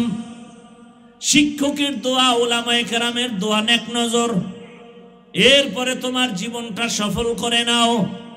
ও পর্দার আড়ালের মা বোনেরা, আপনার মতো এখন এই এলাকায় কত মা আছে পর্দা করে, নামাজ পড়ে, স্বামীর মাল হেফাজত করে, মোবাইলে সময় নষ্ট করে না রে আম্মা জান। কয়দিন এ দুনিয়ায় বাঁচবেন? এই দুনিয়াতে আল্লাহ তাআলা আপনাদের এত সম্মান দান করেছেন, আপনারা নবীদের মায়ের মতো মা, সাহাবায়ে কেরামদের মায়ের মতো মা। সম্মান দেওয়ার মালিক কে? আল্লাহ। আল্লাহ যাকে দিবে সম্মান স্থায়ী। আর একদল মানুষ আছে ওরা টাকা দিয়ে সম্মান কিনে, যেমন ভোটের আগের রাত্রে আপনারা সম্মান কিনবে কেউ, আর আপনারা বিক্রি করবেন, করবেন না? যে আমার কবরওয়ালা বাপ মার গোষ্ঠী শুদ্ধ সম্মান দিয়ে দিলাম, ভোর রাত্রে টাকার বস্তা পাঠাবি, ওই টাইমটা বরকতের টাইম। কি ভোট দেবে একজন ব্যক্তি, একটা ভোট দিবে, 10 জায়গায় বিক্রি করব। তো ভোটের আগে যারা টাকা খাইবা এদেরকে আমি বলি তোমরা বাথরুমে ঢুইকা 10 গ্রাম পায়খানা খাইও, আর কুমিল্লা শহরে গিয়ে হালাল সাবান দিয়ে কুলি কইরো, গন্ধ শেষ। আর যারা ওই হারাম খাবা জাহান্নামের আগুন ছাড়া তোমার নিস্তার নেই। দেশ স্বাধীন হয়ে গেছে, সারা দেশের মধ্যে স্বাধীন স্বাধীন স্বাধীন, হাতে তালি, চিল্লা চিল্লি স্বাধীন। স্বাধীন হলে আন্দোলন চলে গেল এখনো। স্বাধীন যদি সফল হয়ে থাকে, আমার বাবার সামনে তার মেয়েকে ধর্ষণ করা হয় কেন? স্বাধীন যদি সফল হয়, স্বামীর স্বামী স্ত্রীকে ধর্ষণ করা হয় কেন? স্বাধীন সফল হলে পানির মধ্যে এখনো লাশ ভাসে কেন? আমার ব্যবসায়ী শান্তি মতে ব্যবসা করতে পারে না কেন? বোঝা গেল সফল স্বাধীন হয়নি। প্রস্তুতি নাও, আরেক স্বাধীন করতে হবে, সেই স্বাধীন হবে ইসলামের স্বাধীন। আরে কথা সত্য, কসম আল্লাহ, শান্তি ইসলাম ছাড়া কোনোদিন কেউ দিতে পারবে না, পারে নাই। ইসলাম কি বলে দেখেন তো, ইসলাম কি বলে? একজনের সাথে দেখা হলেই কি দাও? সালাম মানি, শান্তি, সালাম মানি। তাহলে আমি বললাম আসসালামু আলাইকুম, অর্থ কি? তোমার উপরে শান্তি বর্ষিত হোক। সেও কি বলল? ওয়ালাইকুম আসসালাম, আপনার উপরে শান্তি বর্ষিত হোক। দুই দিক থেকে যখন শান্তির দোয়া চলে, মাঝখানেও শান্তি নাই। ইসলাম কি বলে? এই বড়রা, ছোটদেরকে মায়ার নজরে দেখো। ও ছোটরা, বড়দেরকে সম্মানের নজরে দেখো। আল্লাহর কসম, আমার দেশের সব বড়রা যদি ছোটদেরকে মায়ার নজরে দেখে, বাংলাদেশে একজন বড়রাও ছোটদের উপরে জুলুম করবে না। করবে? এই মায়ার নজর থাকলে জুলুম করবে। আবার ছোটরা যদি বড়দেরকে সম্মান করে, কোনোদিন বেয়াদবি করবে না। শান্তি। ইসলাম বলে কর্মচারী কাজ করে, ঘাম ঝরার আগে বেতন দাও। আর শ্রমিক দিবস পালন করা লাগবে। আমগো দেশে মে দিবস পালন হয়, 1 মে শ্রমিক দিবস, অথচ শ্রমিকের অধিকার এখনো ঠিক মতো পায় না। ইসলামে এত শান্তি। গালি দেওয়া যাবে না, ইসলাম। গীবত করা যাবে না, ইসলাম। মিথ্যা কথা বলা যাবে না, এর নাম ইসলাম। কারো হক নষ্ট করা যাবে না, কারো উপরে জুলুম করা যাবে না। ইসলাম কত সুন্দর। কারো একটু জিনিস না জিগে ধরাও যাবে না, ইসলাম। বাবায় ছোট বাচ্চা নিয়ে গেছে, কথার কথা কংসনগর বাজারে, ফলের দোকানে গিয়ে কয়, ভাই আপেল, কমলা, লিচু নিব, বেদানা নিব। এমনি বাচ্চা মানুষ তো, ও ফট করে একটা ধরো একটা আঙ্গুর ধৈরে মুখে দিয়ে ফেলাইছে। এখন সম্মানিত বাবার তো মাথা খারাপ হয়ে গেছে, ইজ্জতে লাগছে। ফল টল কেনা বাদ, আগে আইতেছি বাড়িতে, পরে কিন্তু মাথা গরম হয়ে গেছে, আমার ইজ্জত নষ্ট। বাসায় গিয়ে কয় বউরে, এই তুমি কোনোদিন কি অন্যের ঘরের কোনো জিনিস না জিগায় খাইছো? বউ কয় না, কয় হ্যাঁ খাইছো। নাইলে আমি খাইছি, নাইলে আমার বাচ্চা এরকম হবে কেন?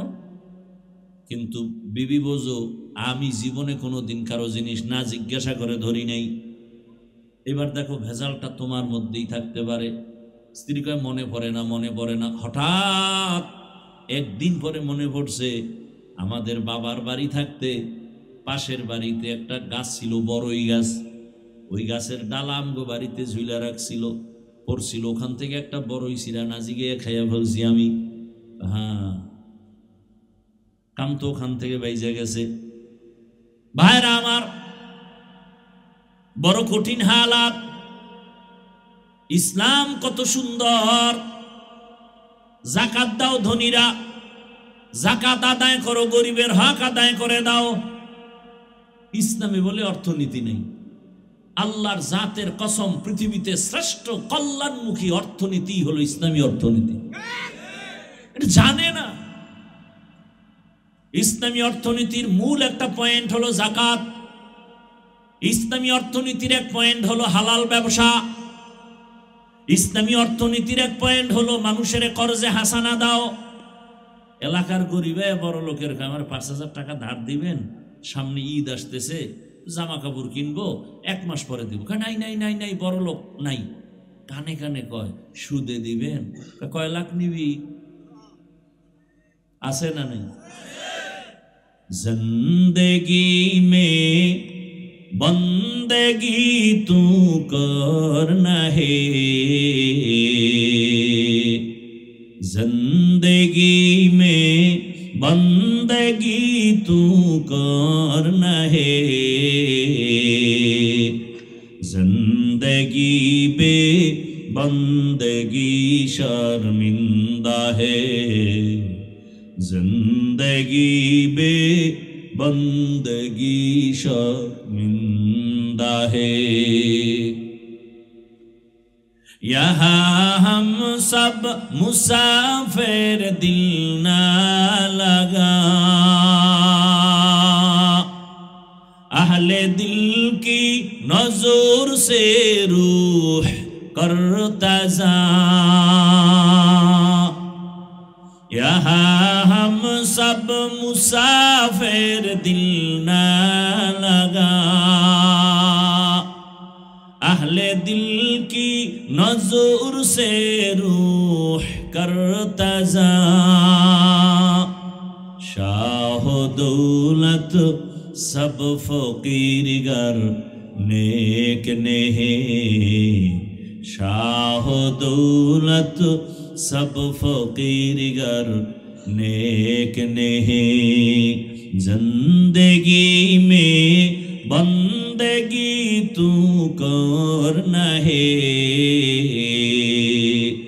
जिंदगी में बंदगी तू करना है, जिंदगी पे बंदगी शर्मिंदा है, जिंदगी पे बंदगी शर्मिंदा है, जिंदगी में बंदगी कुन बंदगी, बंदगी बे जिंदगी शर्मिंदगी।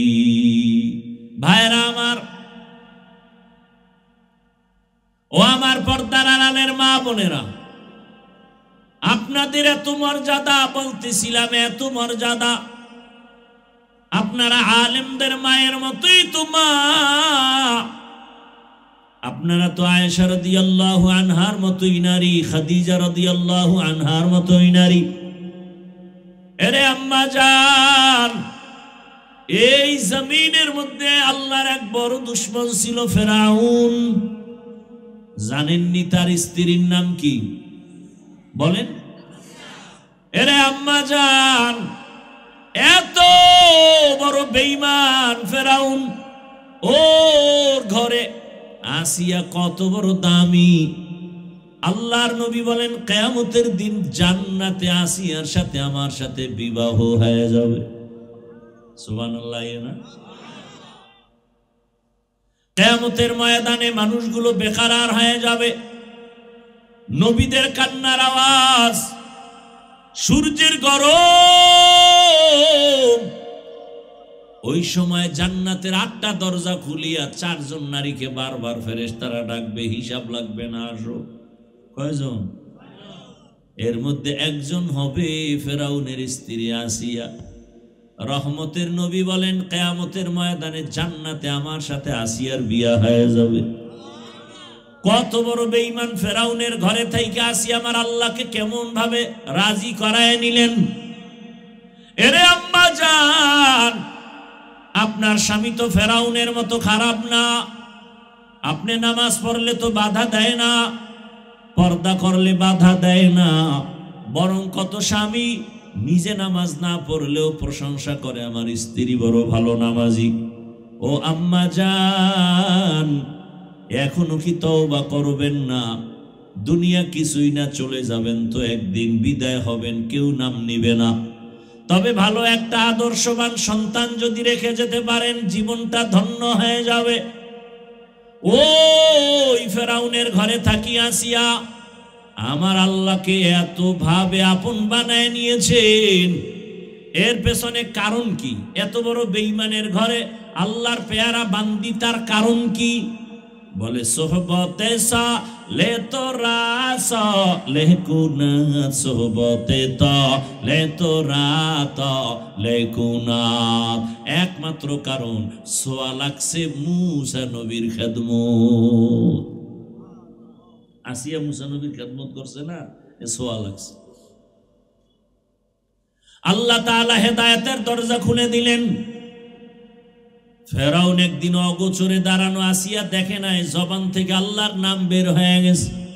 ফেরাউন শুই না খায়, এই আসিয়া কারে ডাকলি? বলে আমার রব। এখন আর গোপন রেখে লাভ কি? আমার রব। বলে মিশরের রব তো আমি।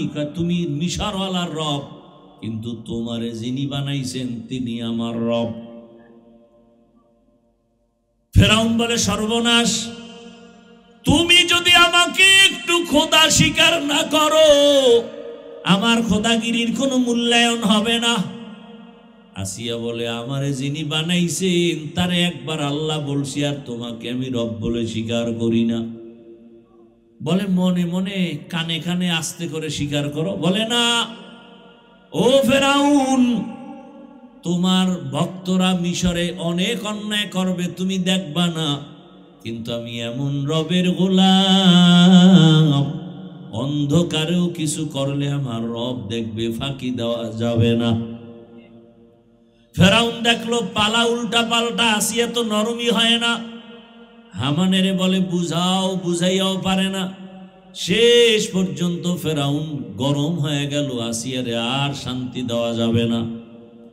এক আল্লাহরে মানার কারণে ওই ফেরাউন এবার আসিয়ার খানা বন্ধ, ঘুমের বিছানা বন্ধ। আসিয়াকে এখন একের পরে এক অত্যাচার। এক পর্যায়ে আসিয়া যখন নতুই হয় না, আসিয়া বলে জীবন আমার আল্লাহর জন্য, আমি মরে গেল আমার কালেমার রশি গলায় লাগাইয়াই মরে যাব। ফেরাউন কয় আসিয়া শেষ চান্স দিলাম, না মানলে তোমার শুলিবিদ্ধ হবে, ফাঁসি হবে। আসিয়া বলে ফাঁসির মঞ্চে যাব, টেনশন নাই। শেষ পর্যন্ত তাই হলো, ফাঁসির তারিখ হয়ে গেল। মিশরের ময়দানে কোটি মানুষের ভিড়, ফেরাউনের স্ত্রীর ফাঁসি হবে। আসিয়াকে যখন রশি লাগায় বেঁধে নেওয়া হয়, আসিয়া চোখের পানি ছেড়ে কান্না করে। ও পর্দার আড়ালের আম্মা জানেরা খেয়াল করেন, ও আমার যুবক বাবারা, কয়দিন আর দুনিয়ার রং তামাশায় ঘুরবা, জীবনে তো কম ঘুরলা না, নামাজ কম সারলা না, বেপরদায় কম চললা না, মোবাইলে গুনাহ কম করো নাই, এখনো কি তওবা করবা না? আল্লাহর কোরআনটা কি মিথ্যা মনে করেছো? নবীর কথা কি মিথ্যা মনে করেছো রে বাবা? কই তোমার চোখের সামনে আমরা নবীর আদর্শ মানিয়া চলার কারণে না খাইয়া তো কেউ আমরা মরি নাই, সম্মান কমে নাই, ইজ্জত কমে নাই। ও যুবক, আল্লাহ পাক ইজ্জতের মালিক, হায়াতের মালিক, রিজিকের মালিক। আসিয়া কান্না করে। ফাঁসির মঞ্চে যখন নেওয়া হয়, হঠাৎ তাকায়া দেখি রাস্তা দিয়া পয়গম্বর মুসা নবী হেঁটে যায়। আসিয়া ডাক দিয়া কয় জামানার নবী, আপনি জানেননি আমার কি হালাত? মুসা নবী বলে হ্যাঁ জানি। বলে এখন আমার ফাঁসি হয়ে যাবে, দোয়া করবেন। তবে আর একটা কথা জানতে চাই, আপনি যে বারবার আল্লাহর কাছে কথা বলতে যান, একটু বলেন আমার আল্লাহ এই মুহূর্তে আমার উপরে খুশি না বেজার? মুসা নবী বলে আসিয়া তোমার উপর আমার আল্লাহ বড় খুশি হয়ে গেছে। এই কথা শুই না আসিয়া একটা চিৎকার দিয়া আসমানে দুইটা হাত উঠাইয়া এইভাবে বলতেছে কোরআনের আয়াত, ক্বালাত রব্বিবনিলি ইনদাকা বাইতান ফিল জান্নাহ। আল্লাহর কাছে বলে হে মালিক,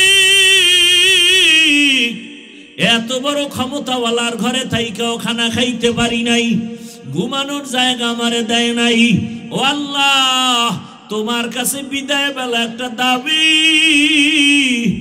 দুনিয়ার বাড়ি চাই না, গাড়ি চাই না, খানা চাই না, জান্নাতের মধ্যে তোমার পাশে একটা ঘর বানাইয়া দিও, একটা ঘর জান্নাতে বানায় দাও। আসিয়া কথা বলিয়া কান্না করিয়া মোনাজাত দিয়া ফাঁসির মঞ্চে যাবে।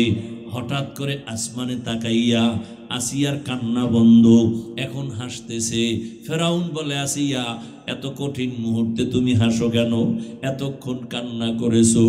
আসিয়া ডাক দিয়া কয়, ফেরাউন তুমি জানো না, তুমি দেখো না, আমি আল্লাহর মোহাব্বতে ধৈর্য ধারণ করার কারণে তুমি আমারে খানা দাও নাই, ঘুমানোর মতো আমারে বিছানা পর্যন্ত দাও নাই, দুনিয়ার এমন কোনো কষ্ট নাই যে আমাকে দাও নাই, আমারে পানি পর্যন্ত পান করতে দাও নাই। আমি আমার মালিকের কাছে কিছু চাইছি, আমার মালিক সাথে সাথে দিয়ে দিছেন। বলে কি দিছে? বলে আমি মালিকের কাছে চাইছি জান্নাতে, রবের পাশে একটা জান্নাতে ঘর দিবে। আমি এই ঘরটা এখনো তাকায় দেখতেছি, ছবি দেখা যায় সে জান্নাতের। আর আমারে খানার কষ্ট দিছো, লক্ষ লক্ষ ফেরেশতা আসমানে অপেক্ষায় আছে, রবের মোলাকাতে আমাকে নিয়ে যাবেন, স্বাগতম দেওয়ার জন্য অপেক্ষায়।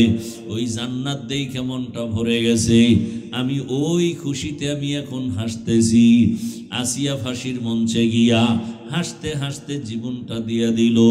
ও পর্দার আড়ালের আম্মা জানেরা, ও বৃদ্ধ বাবাজিরা, যুবক বাবারা, কয়দিন আর দুনিয়া কিছুই না, চোখের সামনে সব মিথ্যারে বাবা। আজকে এখানে বয়ান করতেছি, বয়ান শুনতেছি, কালকে যদি তুমি ঘুমের থেকে উঠার সময় আর উঠতেই না পারো, মা যদি ডাক দিয়ে দেখে সন্তান সাড়া দেয় না, শরীরে টাচ করে দেখবে পুরা শরীরটা বরফ আর শক্ত, মায়ের বুঝতে আর বাকি নেই, একটা চিৎকার দিয়া বলবে, তোরা কে কোথায় আছো, আয়, আমার বাবায় নাই, আমারে মা বলিয়া ডাক দেওয়ার বাবায় নাই, চুমু খাবে আর বলবে আসো, আমারে আর কে আম্মু বলে ডাকবে, এখন আমি বড় একা। বাবায় টেলিফোন করবে, ইমাম সাহেব কোথাও যাবেন না, আমার ছেলে মরে গেছে, তাড়াতাড়ি জানাজা হবে। কাউরে বলবে বাজারে যাও কাফন কিনার জন্য। এ যুবক, তুমি তাকায় দেখবা গায়ের গেঞ্জিটা সবাই বেলেট দিয়া কেটে রাখবে, হাতের ঘড়িটা আর একজনে দিয়া বলবে ঘড়ি হাফিজুর রহমানের নাই, ঘড়ি এখন আমার। তোমার আপন বন্ধুটা মোবাইলের নাম্বার ডিলিট করে বলবে আমার বন্ধুও নাই, নাম্বার রেখেও লাভ নাই। কার পিছনে গুইরা গুইরা দাড়ি কাটছো, কার পেছনে কি পাওয়ার আশায় গিয়া গিয়া আজকে নামাজ ছাড়ছো? ওরে যার পিছনে ঘুরিয়া আমার মাওলারে ভুলিয়া গেছো, দেখো সে তোমার কতক্ষণ আপন। স্বার্থে আঘাত লাগলে দেখবা ছুরিটা তোমার গলায় লাগাইতে দেরি করবে না। এখন তো শত্রু লাগে না কাউকে মারার জন্য, বরং দলের লোক দলের মানুষের মেরে ফেলে, বন্ধু বন্ধুকে হত্যা করে ফেলে।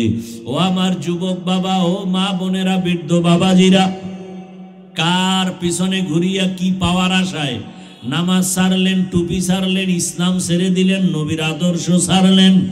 এখনো পায়ে হাত রেখে বলি জাহান্নামের ভয় তওবা করেন, মনে মনে আল্লাহকে ডাকেন, হে মালিক, জীবনে তো গুনাহ কম করি নাই, আমার গুনার খবর আমার মা বাবা ভাই বোন কেউ জানে না, জানলে তো আমারে সম্মানের মোহাব্বতের নজরে দেখতো না। ও আল্লাহ, আপনি কত দয়ার মালিক, এত গুনাহ করার পরেও আপনি জানেন, দেখছেন, এরপরও রাগ করে পানি বন্ধ করেন নাই, খানা বন্ধ করেন নাই, সম্মানের জায়গা থেকে ফেলে দেন নাই। আজকে তওবার নিয়ত করলাম, আর নামাজ ছাড়বো না, আর দাড়ি কাটবো না, বেপরদায় চলবো না। মা বাবার দোয়া নিয়া, শিক্ষকের দোয়া নিয়া, ওলামায়ে কেরামের দোয়া পরামর্শ নিয়া নবীজির আদর্শ মেনে চলবো। তওবা করার মতো যদি কারো অন্তর তৈরি হয়, মুনাফিকি যদি অন্তরে না থাকে, খাঁটি তওবার নিয়ত যাদের আছে, দুটো হাত আমার আল্লাহকে দেখাইয়া দাও। আয় আল্লাহ, হাতগুলো কবুল করে নেন, তওবা কবুল করে নেন, তওবার উপরে মজবুত হইয়া চলার তৌফিক দান করেন, আমিন। আলহামদুলিল্লাহি রাব্বিল আলামিন, ওয়াসসালাতু ওয়াসসালামু আলা সাইয়্যিদিল আম্বিয়াই ওয়াল মুরসালিন ওয়া আলা আলিহি ওয়া আসহাবিহি আজমাইন। يا أرحم الراحمين يا أرحم الراحمين يا أرحم الراحمين رب ارحمهما كما ربياني صغيرا اللهم إنك عفو كريم تحب العفو فاعف عنا اللهم إنا نسألك رضاك والجنة ونعوذ بك من سخطك والنار اللهم إنا نعوذ بك من البرص والجنون والجذام وسيء الأسقام